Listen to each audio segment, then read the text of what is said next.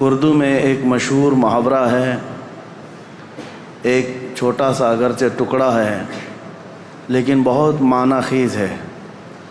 لمحے نے خطا کی، صدیوں نے سزا پائی۔ کبھی کبھار ایسا ہوتا ہے کہ ایک چھوٹے سے لمحے میں خطا ہو جاتی ہے اور اس کی سزا صدیوں تک رہتی ہے۔ اسی لیے ہمیشہ ایک بات یاد رکھیں کہ ہم سے ہونے والی غلطیوں کا تعلق کس بات سے ہے۔ اپنی ذات سے ہے تو اس کی تلافی ہو سکتی ہے، لیکن کسی اور کی ذات سے ہے پھر یہ دیکھنا ہوگا کہ وہ ذات کون ہے۔ میں یہ بات اس لیے عرض کر رہا ہوں کہ کربلا کے واقعات کے بعد صدیاں گزر گئیں، لیکن اس ظالم حکومت یزید کی حکومت پر اب تک لعنت کی جا رہی ہے اور قیامت تک یہ چلتا رہے گا۔ حالانکہ اگر تاریخ دیکھی جائے تو بہت مختصر سی حکومت کرنے والا ہے شخص، یعنی صرف اس کو 3 سال ملے۔ حضرت امیر معاویہ کے انتقال کے بعد تخت پر بیٹھا اور 3 سال تک حکومت کیا، اس کے بعد بہت سخت بیماری کے عالم میں مر گیا۔ تو یزید کا دور حکومت صرف 3 سال ہے، لیکن ان 3 سالوں کے اندر جو سب سے ہولناک حادثہ پیش آیا ہے وہ کربلا کا ہے۔ اور دوسری بات یہ ہے کہ یزید کربلا میں حاضر بھی نہیں تھا، کربلا میں گیا نہیں ہے، لیکن سارا الزام اس کے سر پر ہے۔ اس کی وجہ یہ ہے کہ اس کی منشا سے ہوا تھا، اس کے حکم پر ہوا تھا۔ اب اس بات کا اندازہ کیجئے کہ ہم سے ہونے والی کوئی بھی غلطی اگر کسی ایسی ذات سے ہے جو اللہ کا محبوب ہے تو پھر یہ غلطی بھلائی نہیں جاتی، قیامت تک یاد رکھی جاتی ہے۔ اللہ والوں کے ساتھ اگر تمہاری کوئی زیادتی ہو گئی تو یہ بھلایا نہیں جائے گا، ہمیشہ تم ملعون کہلائے جاؤ گے۔ اس بات کا ہمیشہ لحاظ رکھا جائے۔ اللہ کے ولیوں سے جو جنگ لیتا ہے، حدیث قدسی میں ہے میرے آقا صلی اللہ تعالیٰ علیہ وسلم کی زبان سے اللہ کریم خود ارشاد فرماتا ہے، من عادی لی ولیا فقد آذنتہ بالحرب، جس نے میرے کسی ولی سے دشمنی مول لی، رب تعالیٰ فرماتا میں اس کو جنگ کا اعلان کرتا ہوں، میرے ساتھ اسے جنگ کا اعلان کرتا ہوں۔ تو اللہ سے جنگ کرنے کا کون یہاں پر کس کی جرأت ہے اور کس کی جسارت ہے؟ تو جو اللہ والوں سے جنگ کر لیتا ہے، دشمنی کر لیتا ہے، گویا کہ وہ رب تعالیٰ سے دشمنی کر رہا ہے اور جنگ کر رہا ہے۔ اس کا خاص خمیازہ دیکھا ہم نے۔ جن لوگوں نے اہل بیت اطہار کے ساتھ دشمنیاں کی ہیں وہ آج تک اللہ تبارک و تعالیٰ کے غضب کا شکار ہیں، آج تک اس کے غضب کا شکار ہیں۔ کسی بھی قوم کے اندر پوری دنیا گھوم کر کے آئیں، یزید کی ذریت کو یا اس کے کاموں کو اچھا کہنے والی کوئی بڑی جماعت آپ کو نہیں ملے گی۔ اکا دکا کوئی ایسا گمراہ شخص ہو، بددین ہو، بدعقیدہ ہو تو اس کی بات الگ، لیکن اتنی 14 صدیوں کے اندر ہزاروں ائمہ اکرام آئے، ہزاروں علماء اعظام آئے، لاکھوں کی تعداد میں صالحین آئے، کسی نے بھی اس کے کاموں کو اچھا کبھی نہیں بتایا۔ ایک وجہ یہ بھی ہے میرے عزیزو، اس نے زندگی میں کبھی کچھ اچھے کام کیے ہوں گے لیکن اس کا فرق نہیں پڑتا، برائی غالب آ جاتی ہے، اور وہ بھی برائی ایسی کہ رسول اللہ صلی اللہ تعالیٰ علیہ وسلم کے نواسے کا اور ان کے خاندان والوں کا اس طرح سے قتل کر دینا کہ جس کو رہتی دنیا تک یاد کیا جاتا ہے۔ اب ان کے بعد حالات کیا ہوئے، جیسا کہ میں نے اعلان کیا تھا 10 مجالس محرم میں کہ ما بعد کربلا کیا ہوا تھا، کربلا کے بعد کے حالات کیا ہیں۔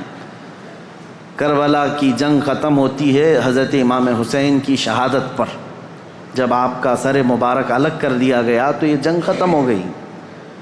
جشن منایا یزیدیوں نے، تقریباً 22,000 کا جو لشکر تھا اس میں کئی مرے بھی تھے، لیکن جلد بازی میں سارے جتنے بھی شہداء تھے سب کو ادھر ادھر بکھیر دیا گیا، لیکن چند سروں کو انہوں نے جمع کیا۔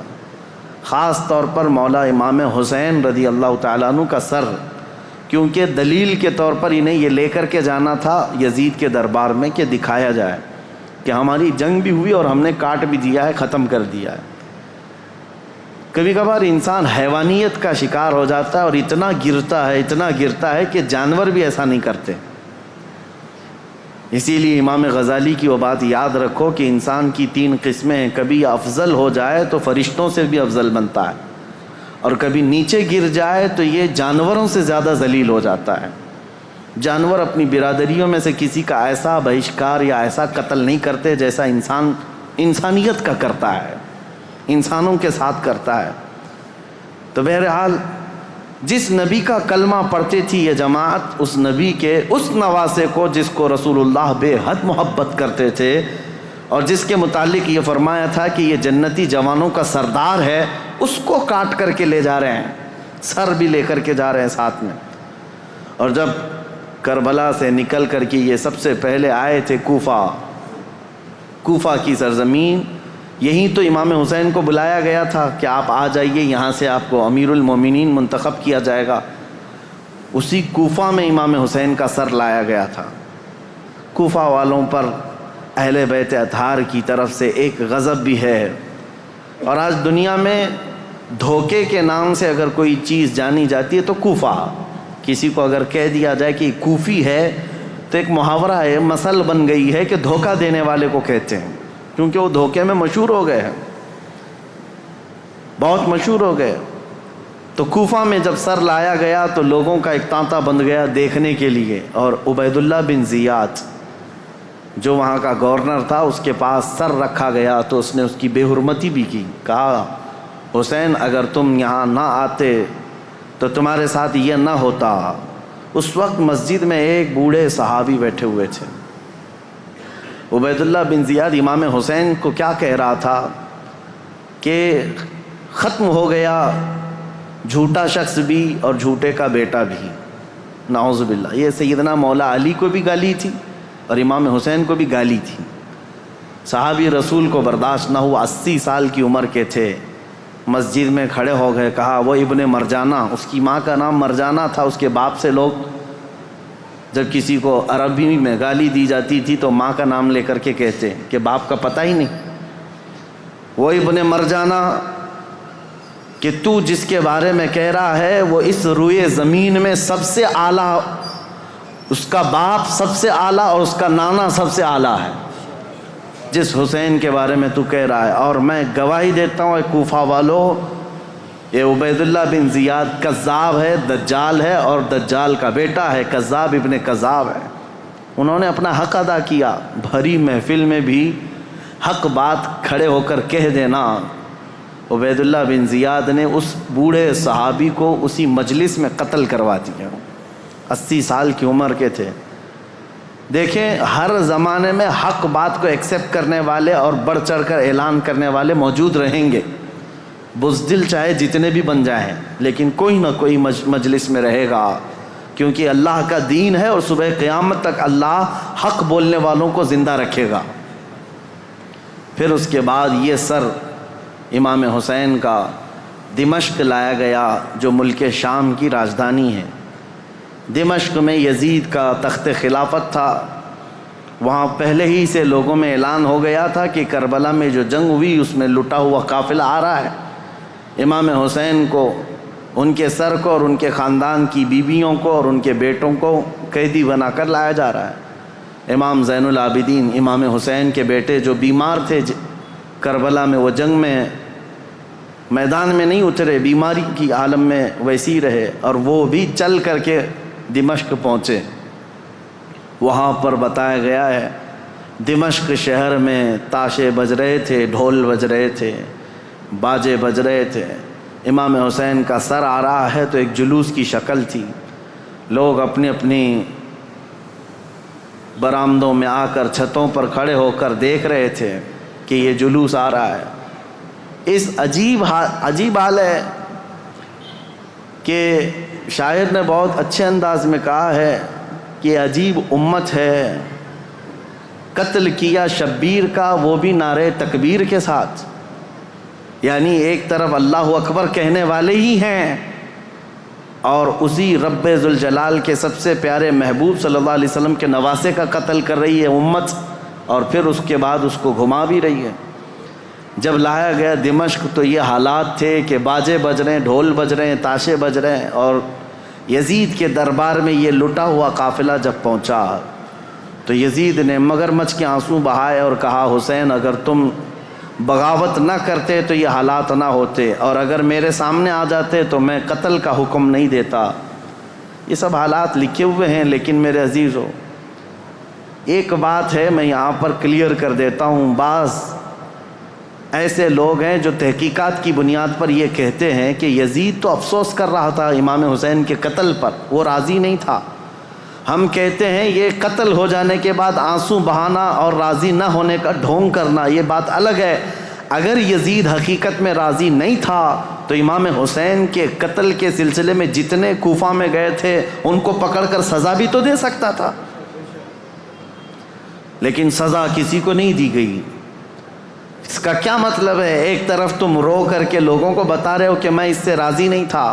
اگر تم راضی نہیں تھے تو عبید اللہ بن زیاد، عمرو بن سعد، شمر، خولی، یہ جن لوگوں نے مولا حسین کے ساتھ ظلم کیا اور ان کے بچوں کو مارا ہے، یزید بھرے دربار میں بلا کر کہتا کہ انہوں نے میری رضا کے خلاف کام کیا ہے، رسول اللہ کے بیٹے کا قتل کیا، لہٰذا ان کا قتل ہوگا۔ کہیں تاریخ میں نہیں ملتا ہے۔ تو لہٰذا یہ ڈھونگ رچانا یہ ایسا ہی ہے میرے عزیزو کہ صرف اتنا بیان دے دینا کہ ہمیں کھیت ہے، ہمیں افسوس ہے۔ یہ تو پولیٹیشین جیسے آج بھی کرتے ہیں، سیاسی لوگ، قتل ہو جائے پورا کا پورا گاؤں جل جائے، اس کے بعد تم ایک اسٹیٹمنٹ دے دو کہ ہمیں کھیت ہے، ہمیں افسوس ہے اس بات کا۔ تو کیا اتنا کہہ دینے سے ساری چیزیں ختم ہو جائیں گی؟ اسی لیے میں نے تقریر کی شروع میں ہی کہا لمحے نے خطا کی صدیوں نے سزا پائی۔ کبھی ایک لمحہ خطا ہو جاتی ہے اور اس کی سزا قیامت تک قائم رہتی ہے۔ یہی یزید نے کیا۔ 3 سالہ دور تھا اس کا، صرف تاریخ میں موجود ہے، اس کی حکومت صرف 3 سال چلی، لیکن ان 3 سالوں کے اندر جو اس نے ہولناک یہ حادثہ کیا ہے تو اس کی مذمت اور اس کی وجہ سے اس پر لعنت یہ صدیوں تک جاری رہے گی۔